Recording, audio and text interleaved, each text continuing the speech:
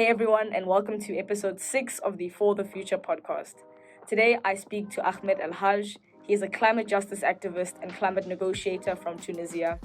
He is a part of various organizations such as the Break Free from Plastics movement, not to mention representing his country at the COP26 summit. He speaks honestly about his work and the work that needs to be done in the climate justice movement, the challenges he faced at COP26, and so much more. Hope you enjoy.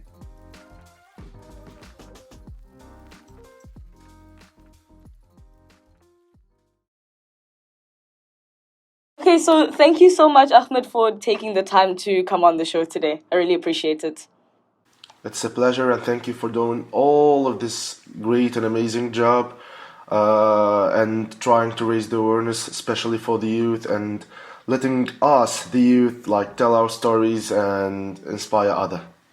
Thank you. Thank you. Thank you so much. Yeah, so let's get straight into it. Could you explain to the audience a little bit more about who you are and what is your story? My name is Ahmed Elhadj, and I'm 23 years old. I'm from Tunisia. I'm a climate activist. I'm studying right now, pursuing a master degree in environmental engineering. I've already studied 3 years in environment protection with a major in waste management.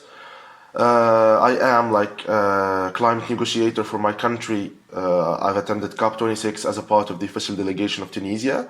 As well, I am a member and this is general secretary of a movement called Youth for Climate Tunisia. It is the first youth-led movement in Tunisia that is specialized in raising awareness about climate change, and we are working in several areas to save the environment and raise awareness about all the problems and all the issues that we are facing today: climate change, environment, animal abuse. We are working on that. As well, I'm the ambassador of a movement called Break Free from Plastic. It's an international movement where I am the ambassador here in Tunisia, where we do brand audits and we do reports to see which are the big polluters in the world, like Coca-Cola, like Nestle, like Pepsi, and we do reports, and we are working right now, I believe, in 8 or 7 countries, especially from the global south, like Philippines, like India, like Africa, like Ghana, like Nigeria, Brazil as well. Besides of that, I'm a campaign leader with Stop Ecocide movement, which is a movement that is working on creating a law in every country that criminalize any environmental crime. That's what does it mean, ecocide. I've been chosen recently among 10 African climate activists who are changing the face of the planet by Greenpeace. And well, that's a little introduction of myself. Yeah. Wow, that's quite an incredible collection of achievements and things that you're working on. It's really cool to hear. Thank you. Yeah. So what inspired you to become a climate activist? Okay, to be honest, since I was a little kid, I was fascinated by the environment and all. I was watching all the commentaries, Planet Earth, Sir David Attenborough, that voice, that tone. I loved watching documentaries. I grew up on that, like watching movies that talks about nature, that talks about animals, that talks about I don't know, even catastrophes. I liked that, to be honest. I liked that. I loved that since I was a little kid, and I wanted to continue my higher superior studies doing something like studying about animal biology or vegetal biology, something like this, keeping the study on nature and the environment and everything. So after joining the Higher Institute of Biological Applied Sciences of Tunis, where I studied environment protection. Since my first year, I started studying about climate change. I started studying about all the environmental catastrophes and issues that we are seeing today. I wasn't really aware about climate change. Yeah, I know that there was pollution, water pollution, air pollution, soil pollution, and all of that, but I wasn't aware of climate change. I wasn't aware of the impacts of climate change, like the fires, the death of animals, the rise of temperature, the sea level rise, islands disappearing, people disappearing, even the water scarcity issue, all of that. I wasn't really aware of it, unfortunately. Since I've started studying about it, I felt responsible. Something changed in me. I said, and especially I knew that in Tunisia we're a country that is suffering from climate change. We are a country right now. We are among 33 countries that will be suffering from water stress by 2040. That's scientists said. Also, scientists saying that. Also, we are a country that we are in the hotspot of climate change. The impacts of climate change. We are in the Mediterranean area or Mediterranean region. As well, we are a country that is suffering from the rise of from rise of temperature. Last year, I believe we've hit a record in Qayrawan by getting to 50.2 degrees Celsius. That's something unusual for us. Yeah, that was a record, to be honest, a bad record for sure.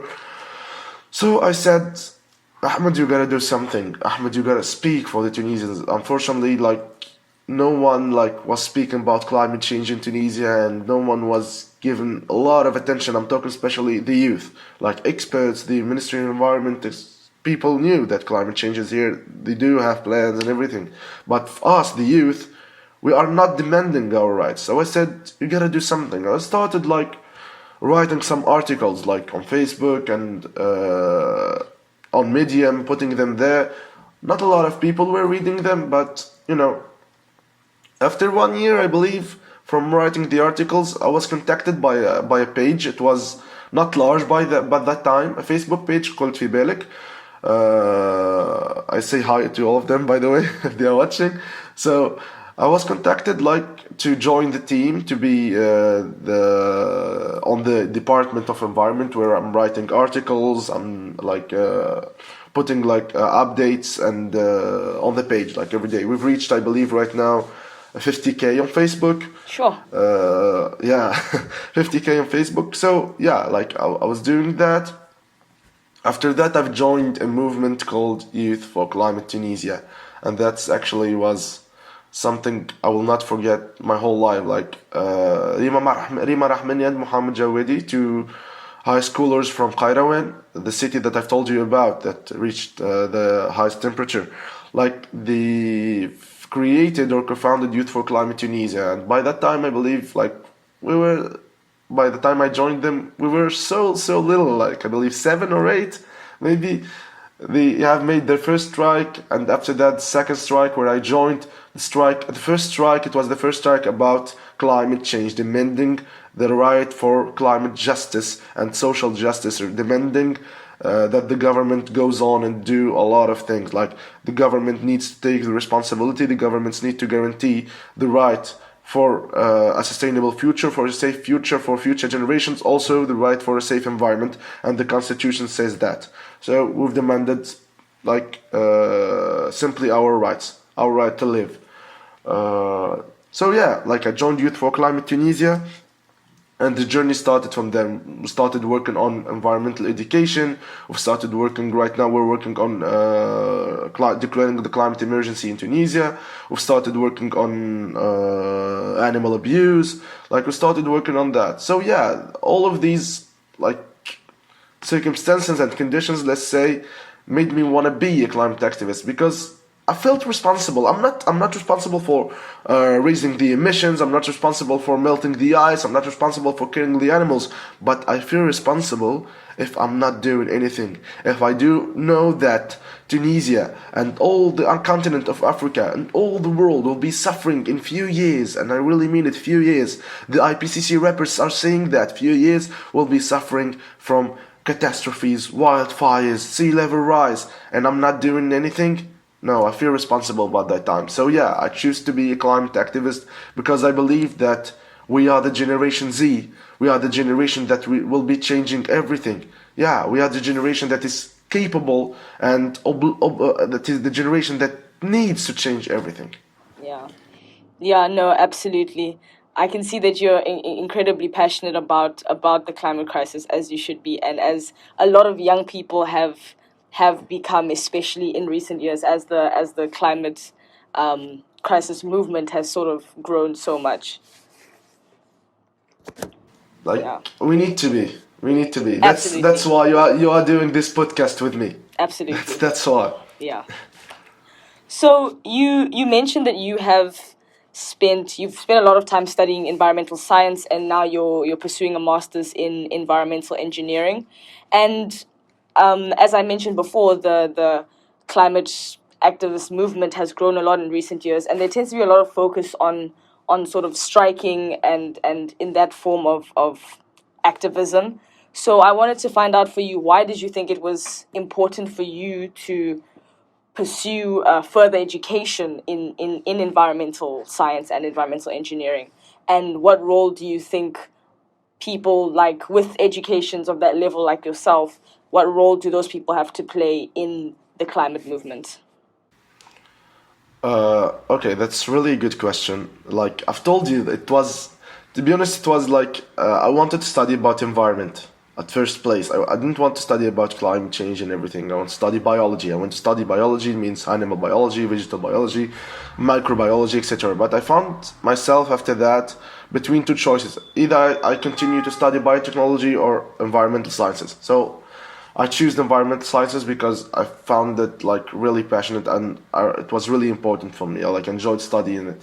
Was learning new things every day. So that's a good question actually. Why did I pursue a master's degree in environmental engineering?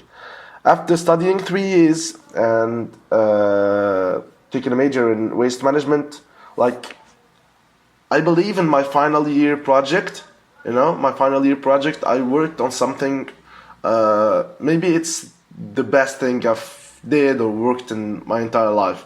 I've worked on creating the first focaccia in Tunisia.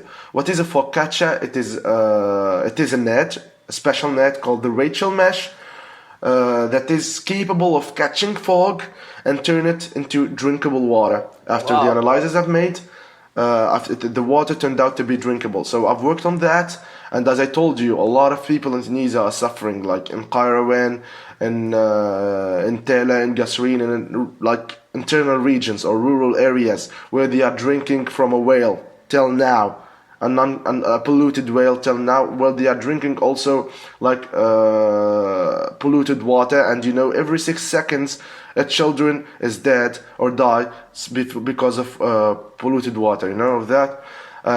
So yeah, I've worked on that, and if I didn't study environmental sciences, or I didn't study environment protection at first place, I wouldn't be capable to work on that. I wouldn't even be capable to join climate movements, maybe. So if like we want right now to stop climate change or to fight climate change, we need scientists. We need a new industrial revolution that is empowered by millions of sustainable inventions. We will all share in the benefits of these inventions. Who is gonna make the inventions? Gonna be the scientists, the youth scientists that are studying right now environmental engineering, or they are studying, I don't know, they are studying water engineering, or they are studying soil engineering, they are studying geology, they are studying like all these. They are studying IT, or they are studying robotics, they are studying aeronautics, like all these things. The youth gonna take the lead. The youngsters gonna take the lead. The students are gonna take the lead in this domain. We are gonna be the scientists of the future. So it is really important for like colleges, universities to open new branches, a new department to make the students to like integrate environmental education or environmental sciences into colleges, because how could we fight climate change if we do not have the weapon to fight it? What is the weapon to fight climate change? It is science.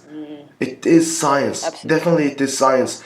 In Europe or in the global north, I believe they do have like world-class universities where they are studying about climate change, about sea level rise, about everything that is related to climate change, environment, biodiversity, animal biology, everything.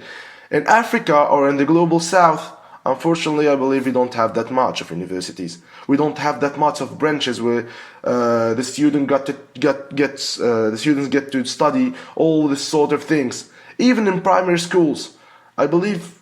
I don't know. Let me ask you a question right now. Do you have in your country like environmental education since primary school? No, I actually think you have a very good point, not in particular. I think that maybe Exactly. perhaps there is a little bit more emphasis on starting the conversations in schools now. But, if I look back on my own experience from primary school, not really. I would say not enough, at least. Exactly. Yeah, That's the same in Tunisia, and that's the same in Africa and Asia.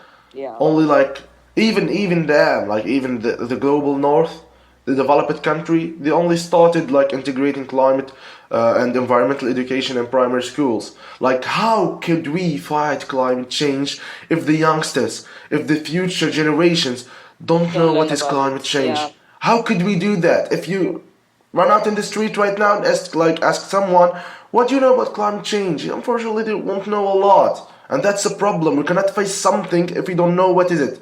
And that's why it is really important for universities and for developed countries and developing countries to come together and to cooperate and to find new strategies, a new way to integrate environmental sciences into universities, because scientists will be at the first lead to fight climate change. They will be the one to do sustainable clean energy.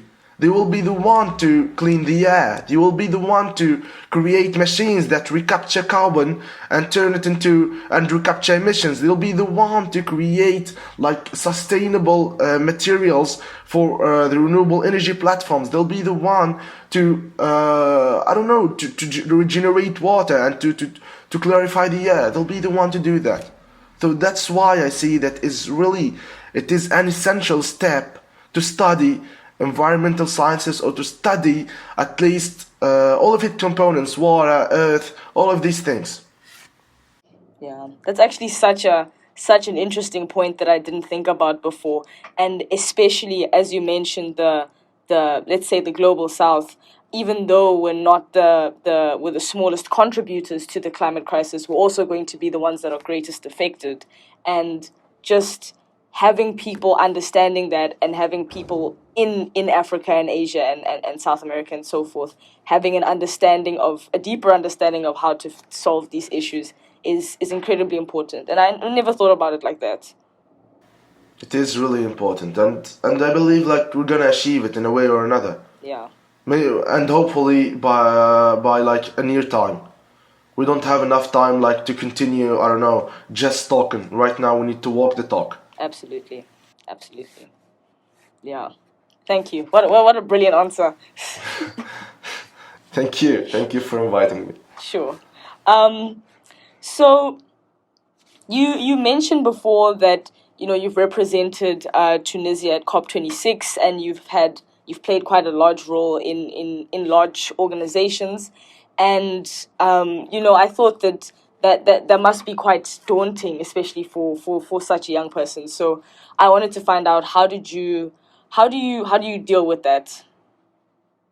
Well, it was actually my first participation at a COP, at a conference of parties. Let me explain for the people that are not familiar with the word COP. So a COP is a conference. We call it the Conference of Parties. It is an international or a global summit where all the countries comes together to find solutions for the climate crisis. They meet every year in a different country, in a different continent. Last year it was in Glasgow, UK. This year, COP27 will be in Sharm el-Sheikh, Egypt, and where all the countries come together. Like for us, the developing countries, we are searching for finance and we are searching money to do adaptation and mitigation project. For them, they are trying to negotiate with us to see how they could pay less. Well, that's the process. That's what a COP, and that's what we are working on. And it's a lot of things to discuss in a COP, like capacity building, finance. Let me remember: loss and damage, adaptation, mitigation, the carbon market, and the list is still long. So it was the first participation for me at a COP. I wanna Let me talk about the group, like how I made it to a COP. Like a boy my age, 22. I was 22 years old. How I made it into a COP, and how I was an official, like let me say, delegate or an official negotiator, where I represented my country, Tunisia, where I spoke by the name of Tunisia over there. So I want to thank here the one who gave us the chance to be honest. Like Mr. Mohammed Zmerli, which is the UNFCCC focal point of Tunisia, he wanted to create a group of young negotiators, a group of young climate negotiators. So like with the cooperation of GZ, the German corporation in Tunisia, and the Ministry of Environment, like we have applied, I believe a lot of youth applied, 15 were selected, I was among them. So yeah, we had a long series of trainings, I believe with an expert, French one called Mathieu Venimer. I want to thank him as well for giving us a lot of knowledge. I've learned a lot of him, I'm still learning from him for sure. So we were 15 studying, I believe, all nights, like until late hours about negotiations, the process, the Paris Agreement, the Kyoto Protocol, the different, like I told you, the different aspects of negotiations, capacity building, etc., etc., etc. So our first goal as a first participation was to support the Tunisian delegation because we speak English, but the Tunisian delegation, like the majority were Francophone, they speak French. So we were there to support the Tunisian delegation. But after the trainings, the long trainings, and we got out some additional efforts to be present. The focal point and the experts saw that we were ready to take the lead. We were ready to represent Tunisia. So we went there not as a support for the delegation, no, as a part of the Tunisian delegation. We went there, everyone like from we were 11 to be at the 11. Yes, 11. We were 11 who attended physically the COP26, and the 4 of us attended virtually the COP, the Conference of Parties. Like I've went there to the COP, was following the thematic of capacity building, which is an important thematic where I demand the right for my country to gain more experience and more technical experience in terms of climate change. That's what is capacity building for the youth, for the experts, for the teachers, for the politicians as well. Like how could we strengthen our capacity to fight climate change? What are the ways, and how could we learn from the old experiences or from the good practices that countries have already made? So yeah, it was my first participation at a COP, to be honest.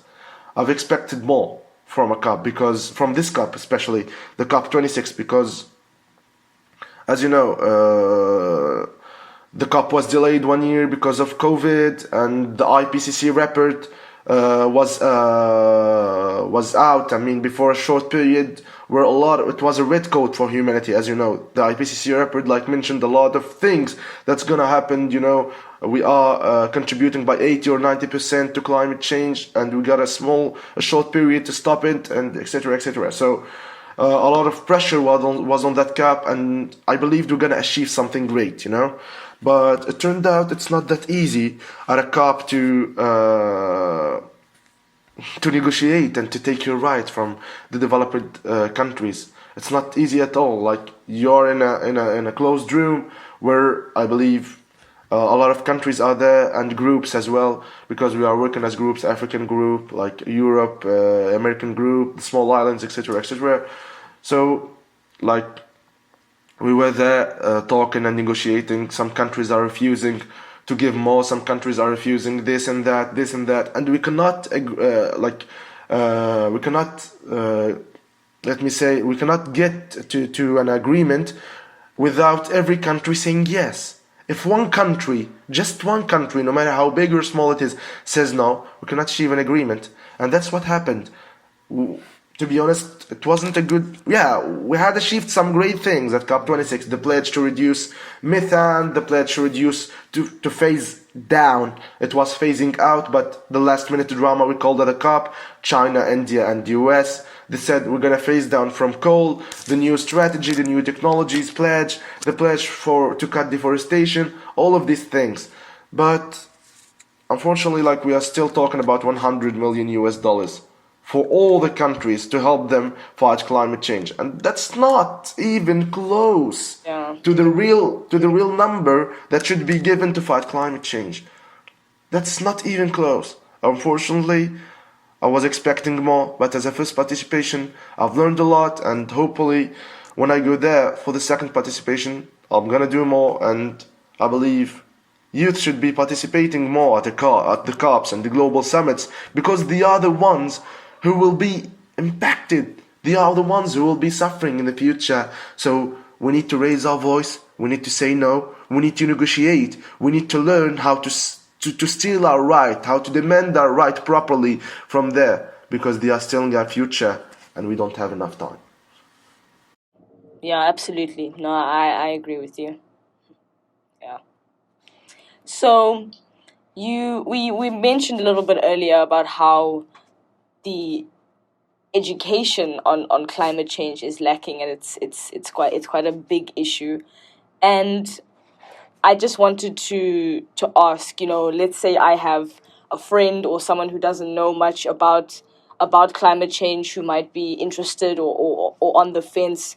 Do you have any sort of resources like books or shows or podcasts or that kind of thing that you think would be worthwhile to encourage them to care about climate change? Okay, like to not make like I have millions of books and documentaries and movies and in my mind, but for sure I'll write you after that a doc where you could share it with the audience and they could like find my favorite resources. But I'm gonna give you like two books, two documentaries, maybe two movies for the audience and for the amazing people who are watching us and trying to learn more about climate change to watch or to read. So I'm gonna start by the books. I recommend the book of Al Gore, An Inconvenient Truth. That's the first book. The second book, The Future We Choose. I really do recommend those two books. Okay? An Inconvenient Truth, it talks about climate change, the science behind it, and a prediction of the future. It was released in 2006 by Al Gore. It was the vice president of the US a long time ago. And the second book is The Future We Choose, which talks about hope, talks about the work of youth. It is one of my best books. A documentary, two documentaries right now. Let me share them with you. So the first documentary would be, as I told you, I'm a huge fan of Sir David Attenborough. So the first documentary is gonna be Planet Earth. There are two series, like Planet Earth 1 and Planet Earth 2. Watch them both. And the second one, well, let me think. That's a tricky question. I have a lot of documentaries. I'm gonna choose just one. Okay, the second one I recommend is going to be let's say Before the Flood by Leonardo DiCaprio. I really recommend that. Like, it shows a lot of aspects and how the politicians are dealing with the climate crisis and how the community, the civil society are doing that. And it's was like Leonardo DiCaprio was there. I'm a huge fan as well, so I recommend that. And for sure, I'll write you a list for you, like, and for the audience, where I'll put 10, 10, 10, okay? Where like you could share with them, okay? I have some documentaries in mind as well. The Plastic Paradise, Cowspiracy or Seaspiracy. I love these documentaries as well. I'll recommend them to watch, and few books as well. I'll write them for you, okay? Thank you so much. I think the audience will definitely appreciate that. You're welcome. Yeah. So we're kind of almost wrapping up, and I just wanted to find out, what is it that you're currently working on, and where can people find you and support you in the work that you're doing? Okay. I'm gonna start locally and go. I'll be speaking after that globally. So locally, as I told you, I'm the general secretary of the first and maybe the first youth-led movement that is concerned and is working on raising awareness about climate change, which is Youth for Climate Tunisia. Youth for Climate Tunisia. You can find us on Facebook, Instagram, Twitter. We are working on a website now. Just a few times, I'll share it with you. As I told you, we work in environmental education. We have made already a video about environmental education with a famous actress that I would like to thank so much. It's called Hind Sabri, which is an Arabic and Tunisian actress. She's so famous in the MENA region, Middle East, North Africa. I would like to thank her because she contributed in the making of this video, because it reached a lot of people, million of views it gets. And after the video, an association called the Tunisian Environmental Law Association signed an agreement with the Ministry of Education to integrate climate education, environmental education, let's say, into the Tunisian curriculum. But till now, not much has happened, unfortunately. That's the thing I hate about signing papers. It's easy to sign papers, but it's hard to apply what have you signed. And we are working currently on making of a documentary in Tunisia, which is a documentary that's going to talk about three aspects. It's going to talk about the water scarcity. For sure, it's gonna mention the rise of temperatures. We're gonna shoot it in Qayrawaan, the city that I told you about. As well, we are gonna talk about the sea level rise, because we have an island or an archipelago called Qarqana, an historical one, so beautiful. Like, it contains the history of our country, the history of our sisters in Tunisia that could get underwater, disappear in a few years. Like by 2030, like Qarqana could be disappeared because the sea level rise, and the country or the government's not doing much about it, unfortunately. As well, we are going to shoot in Gebis. Gebis is a coastal area that is suffering since 1972 because of the government as well. Since that the government has built or has fixed or installed what we call a chemical group that is producing chemicals like ammoniac, phosphogyps, and everything. Since that Gebs was destroyed, to be honest. Until now, the people are suffering from the gases of ammoniac, of the phosphogyps that they are throwing in the sea. I believe they have thrown a maximum of 16,000 tons a day in the sea of Gebes, and that's a crime. People there are suffering from lung cancer, are suffering from skin cancer, from brain cancer, are suffering from a lot of cancers, actually, and from rare diseases that we don't even know till now, and the government haven't even moved on. Like, people died because of an explosion, I believe, last 2 years in Gebes as well. We decided to work on the making of the documentary. We are still trying to find some resources to help us to do a job that could touch the people, touch the government, touch the politicians, touch the youth as well. Also, we are working on climate emergency, the declaration of climate emergency in Tunisia. As I told you, we're a country that is severely impacted by climate change, so we gotta do something by declaring climate emergency. The government will officially says that climate change is real and it's affecting Tunisia and it's affecting our economy and everything. So that's a really important steps towards solving the crisis in Tunisia. Globally, we are working on reducing plastic with brick free from plastic. We are doing brand audits. So I really do I want to ask like all the youth that they are interested and they do have a lot of plastic they are suffering from in the areas of the countries to participate with us. You could find us on our website, Brick Free from Plastic, BFFP. On Stop Ecocide, they could join the movement to demand their governments to do a law about ecocide, which is a law that criminalizes every environmental crime. So that's what we are working on right now. Oh, that's incredible. And I think that if there's anyone in the audience that's interested in those ventures, I think their support would also be very much appreciated. Definitely. Yeah.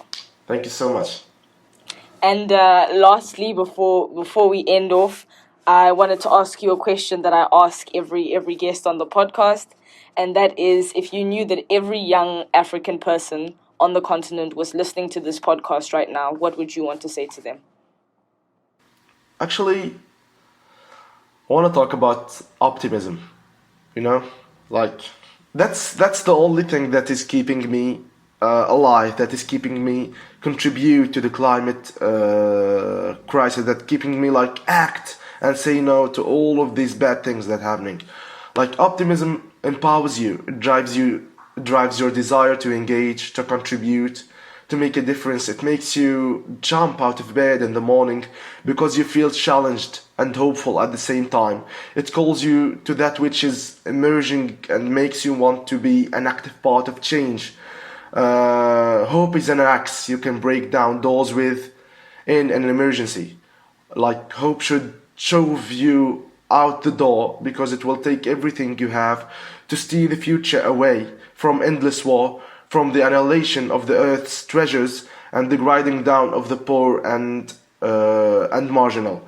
Like, to hope is to give yourself to the future, and that commitment to the future makes the present inhabitable, you know? And let's say, in other words, optimism is the force that enables you to create a new reality. Optimism is not the result of achieving a task or doing something we have set for ourselves. That is celebration we are talking about. Optimism is the necessary input to meeting a challenge. Optimism is about having steadfast confidence in our ability to solve big challenges like climate change, like the things that we are living right now. It is about making the choice to work to make the current reality better, to make our future safe and sustainable. Optimism is about actively proving through every decision and every action that we are capable of designing a better future. Like, let me give you an example here. I know it is hard what we are saying, like the fire right now are from Australia to Alaska, from the Antarctic to Russia. We are witnessing maybe the end of the world as we know it. Our world is on a cliff. It's on a, like, maybe centimeters away from the catastrophe, the big one, the collapse, the hit of climate change, the final hit. But I believe that hope, you know, hope is that little line that we hold into it. We hold hard into it, and we hold, like, let me say, with love, because it could get out of our hands in a second, you know. So let me give you an example here about hope from the darkness of an Alabama jail. Like Martin Luther King Jr. kept calling for the realization of a deeply held dream, no matter how bleak it prospects and how dark it seems. Many others have done the same throughout history. John F. Kennedy refusing to accept that nuclear war was inevitable, Gandhi marching to the ocean to collect forbidden salt. Like, in all these cases, key people believed that a better future was possible, and they were willing to fight for it. They were willing to die for the ideas, die for a better future, die to save humanity, die for future generations that we don't even know, die because we want humanity to keep on moving.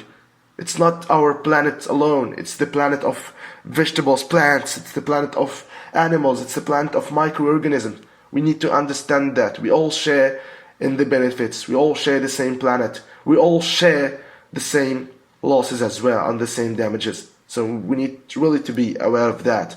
So as I told you, like, in all these cases, key people believed in a better world was possible, and they were willing to fight for it.